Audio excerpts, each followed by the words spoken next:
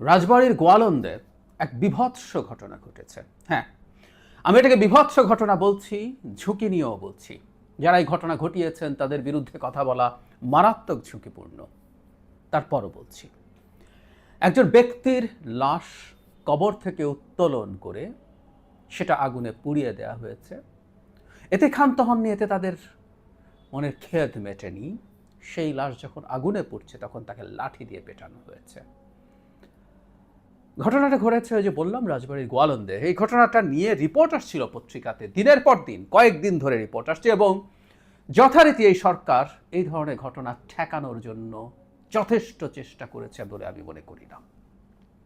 এই ঘটনা ঘটলো এবং এই ঘটনাগুলো ঘটার মাধ্যমে কেউ পরিকল্পিতভাবে বাংলাদেশকে জঙ্গি রাষ্ট্রে পরিণত হচ্ছে এই তকমা দেওয়ার কাজে সাহায্য করছেন কেউ, এটার অংশ। আর একটা অংশ আসলে না বুঝে এর পেছনে লেগে গেছেন, এবং দুটো রাজনৈতিক দলের নেতাও এই যে ঘটনাটা ঘটেছে তার সাথে জড়িত। দুটো সবচেয়ে সিগনিফিক্যান্ট দলের নেতা, বিএনপি এবং জামায়াতে ইসলামী। জামায়াতে ইসলামীর এর সাথে জড়িত থাকার খানিকটা কারণ আমি খুঁজে পাই, কিন্তু বিএনপি নেতার বা বিএনপির লোকজনের এর মধ্যে ইনভলভ থাকার স্টুপিডিটি দেখে আমি অবাক হই যে এই দলটা আসলে কিভাবে জাতীয় পর্যায়ে রাজনীতি করবে, কেন এটা স্টুপিডিটি, আর কেন জামাতও চাওয়া তাদের জন্য খুব অসম্ভব না। সেই জায়গায় আসবো। ঘটনাটা একটু বলি, আপনারা হয়তো অনেকে পড়েছেন। এ ভদ্রলোকের নাম হচ্ছে নুরাল পাগলা। তাকে পাগলা এভাবে বলেই চেনে মানুষ। উনি বেশ আগে একবার নিজেকে ইমাম মাহাদি দাবি করেছেন, এই ধরনের অভিযোগ তার বিরুদ্ধে আছে। পরবর্তীতে তার এলাকায় এটা নিয়ে যখন তীব্র সমালোচনা হয়, তিনি মুচলেকা দিয়ে এলাকা ত্যাগ করেন। তারপর একটা পর্যায়ে তিনি আবার এলাকায় ফিরে আসেন। ফিরে আসার পর ইনফ্যাক্ট কয়েকদিন আগে তিনি মারা যান।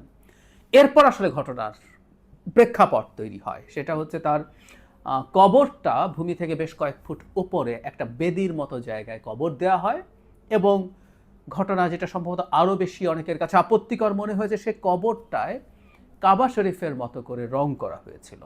যদিও ইন্টারেস্টিংলি তাদের দাবির, জনগণের দাবির মুখে এবং প্রশাসনের হস্তক্ষেপে ওই রং পাল্টে ফেলা হয়েছে। মূল অভিযোগের যে জায়গাটা সেটা পাল্টে ফেলা হয়েছে, এবং শেষ পর্যন্ত অভিযোগ ছিল এই কবরটা উঁচু করে কেন দেয়া হয়েছে, এটা ইসলামিক নয়, এবং সেই কারণে এটাকে ভেঙে আবার নতুন করে কবর দিতে হবে। শেষ অভিযোগ এটা। আবারও বলছি, কাবার আদলে এটা তৈরি করা এবং কাবার মতো রং করা নিয়ে অভিযোগ যেটা ছিল সেটা শেষ করা হয়েছিল, এটা রং পাল্টে ফেলা হয়েছিল, কিন্তু পরবর্তীতেও তাতে ক্ষান্ত হয়নি। ইমান আকিদা রক্ষা কমিটি নামে একটা কমিটি, যেখানে ইমামরা ছিলেন, অন্য ধর্মগুরুরা ছিলেন, ওখানে জামায়াতের আমির ছিলেন, ওখানে বিএনপি সম্ভবত মেম্বার সেক্রেটারি বা ওই এলাকার মানে খুবই উচ্চপদস্থ একজন ছিলেন, সবাই এর মধ্যে আছেন, এবং তারা দফায় দফায় সময় দিচ্ছিলেন প্রশাসনকে। তারা প্রথম ওই পরিবারকে বলেছে, সেটা না হওয়াতে তারপর তারা প্রশাসনকে স্মারকলিপি দিয়েছে, এবং বৃহস্পতিবার তারা সংবাদ সম্মেলন করে ঘোষণা করেছিলেন শুক্রবার ওইটার প্রতি তারা একটা মার্চ করবেন। সো প্রত্যেকটা জিনিস পরিকল্পিত ছিল, এবং কারা কারা এর সাথে জড়িত আছে সব কিছু প্রশাসন দেখেছিল, কিন্তু কোনো পদক্ষেপ অগ্রিমভাবে নেওয়া হয়নি।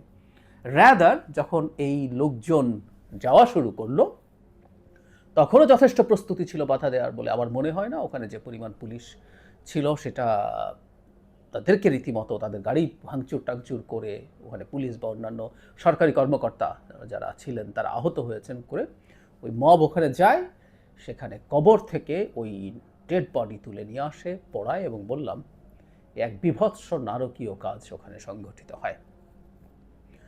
নুরাল পাগলা ইমাম মাহাদি দাবি করা বা পরবর্তীতে কি হয়েছে, কবর দেয়া কেমন হয়েছে, সেগুলো যারা এই ব্যাপারগুলো জানেন বোঝেন তারা সেগুলো নিয়ে কথা বলবেন।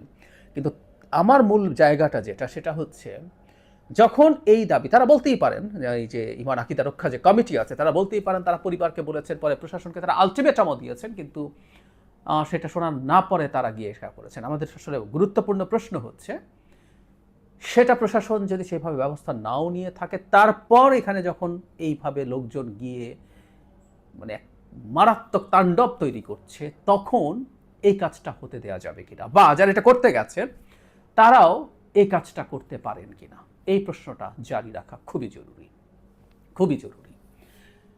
এটা করা যাবে না, নো ওয়ে। তাদের যদি এটা ধর্মীয় অনুভূতিতে আঘাত দেয়, হতে পারে নিশ্চয়ই, এটা ভুলও হতে পারে, কিন্তু এটাই বলছি যে এর জন্য এইভাবে এই বিভৎসতা তারা ঘটাতে পারেন না। এবং একটা রাষ্ট্রকে, একটা সরকারকে আসলে তার সক্ষমতা দেখাতে হবে এই রকমভাবে বেআইনি কাজ কেউ করতে পারবে না। অবশ্য এটা তো সামান্যই, এই সরকারের সক্ষমতা দেখানোর অভাব আমরা প্রথম থেকে দেখছি।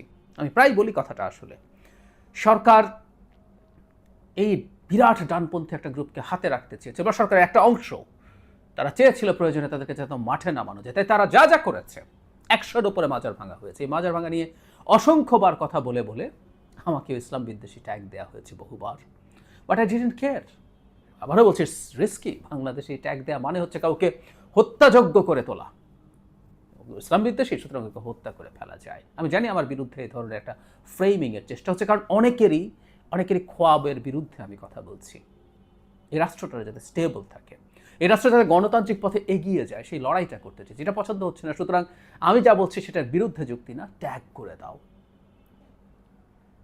100-র বেশি মাজার ভাঙা হয়েছে, মেয়েদের ফুটবল খেলা বন্ধ করা হয়েছে, বহু জায়গায় গান বন্ধ হয়েছে, অভিনয় বন্ধ হয়েছে, নাটক বন্ধ হয়েছে, বহু জায়গায় এই ঘটনাগুলো হয়েছে।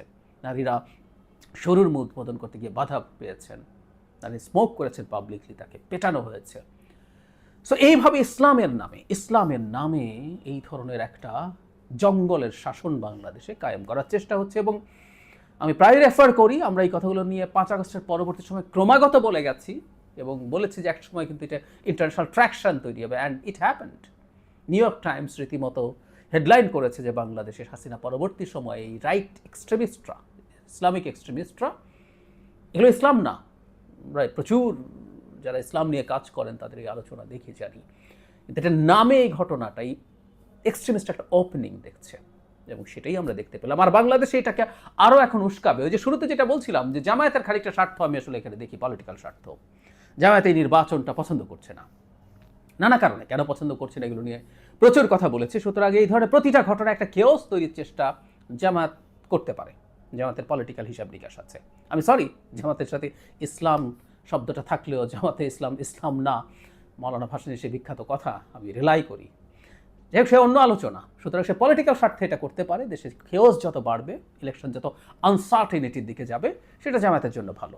কিন্তু আমি অবাক হই, বিএনপির লোকজন এতটাই স্টুপিড যে এই খেওসের মধ্যে গিয়ে সে হাজির থাকছে এবং এই খেওসটার অংশ হচ্ছে, রীতিমতো বক্তৃতা দিচ্ছে মিডিয়ার সামনে, নিজেদেরকে প্রচুর ইমান আকিদার রক্ষাকারী হিসাবে প্রেজেন্ট করছে।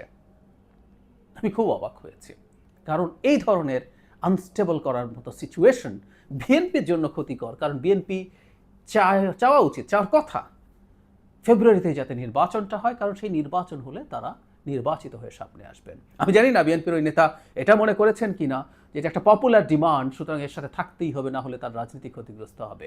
আমি সরি, একটা কথা মনে রাখতে হবে, রাজনীতিবিদদের জনগণের পালস বোঝা দরকার আছে, জনগণের মতামত বোঝা দরকার আছে, সেই অনুযায়ী কাজ করা দরকার আছে। আমি অস্বীকার করি না, তাদের ভোটে দাঁড়াতে হয়, ভোট চাইতে হয়, কিন্তু ন্যায়ের পক্ষে থাকারও ন্যূনতম ন্যায়ের পক্ষে থাকারও দায় আছে। এবং শুধু সেটা না, দীর্ঘমেয়াদী দলের স্বার্থ কোনটায় আছে সেটা তাদের বোঝাও দরকার আছে। তাদের উল্টো রোল প্লে করা দরকার ছিল এখানে, এই ধরনের কেওস যাতে হতে না পারে। এটা দেশের মধ্যে যেমন আনস্টেবল অবস্থা তৈরি করছে, এবং প্রায় বলছি বাংলাদেশকে এই ধরনের একটা ব্র্যান্ডিং তৈরি করার জন্য আমরা অস্ত্র তুলে দিচ্ছি। আমি সত্যিকার অর্থেই বিশ্বাস করি এই ধরনের ঘটনার মধ্যে ভারতের গোয়েন্দারা কাজ করে, কিছু লোকজনকে উস্কে দেয়, কিছু লোক ভারতের হয়ে কাজটা করে। যে কোনো ঘটনার শেষ রেজাল্ট আসলে অ্যানালাইসিস করা জরুরি। এই ঘটনায় বেনিফিটেড হয় ভারতের মতো দেশ, আই রিপিট, ভারতের মতো দেশ। আমাদের নিশ্চয়ই মনে আছে 5 আগস্ট পরবর্তী সময় থেকে ডক্টর ইউনূসের বিরুদ্ধে প্রধান অভিযোগ ছিল যে এটা বাংলাদেশে উগ্রপন্থীদের একটা আপরাইজিং, এবং ডক্টর ইউনূসকে ক্ষমতায় বসিয়েছে এই রাইট উগ্রপন্থীরা। হালে পানি পায়নি ডক্টর ইউনূস ছিলেন বলে, কিন্তু এটা ক্রমাগত করেছে। যেন মাহফুজ আলমকে হিজবুত তাহরিরের নেতা হিসেবে প্রেজেন্ট করার চেষ্টা করেছে ভারতের বিরাট একটা অংশের পাবলিক ইন্টেলেকচুয়ালস, সোকল্ড, যদি আমি প্রায় মনে করি আসলে আওয়ামী অ্যাক্টিভিস্টের মতো কথা বলে, হোয়াট এভার, এই ছিল তাদের ন্যারেটিভ। এখন আমরা যখন ক্রমাগত এই কাজগুলো করতে থাকি, ভারতের ন্যারেটিভ স্ট্রেংথেন হয়।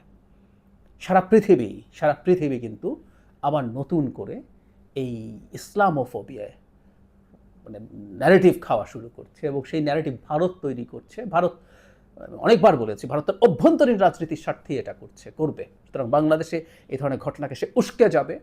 26 সালে পশ্চিমবঙ্গে নির্বাচন আছে, সেই নির্বাচনে সে দেখাতে চায় যে তোমার বর্ডারের পাশে ইসলামিক এক্সট্রিমিজম মাথা চাড়া দিচ্ছে, ওখানকার হিন্দুরা ঝুঁকিতে থাকবে, এসব করে তার ডোমেস্টিক ব্যাপার তো আছেই, প্লাস এই দেশ স্টেবল হোক, এই দেশ স্বাধীনভাবে দাঁড়াক, এটা ভারত চাইবে না।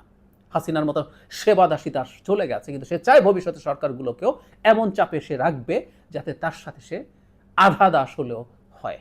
সুতরাং যতই বাংলাদেশকে এই ধরনের ট্যাগ দেওয়া যাবে, ভবিষ্যতের সরকারকে তত চাপে রাখা যাবে।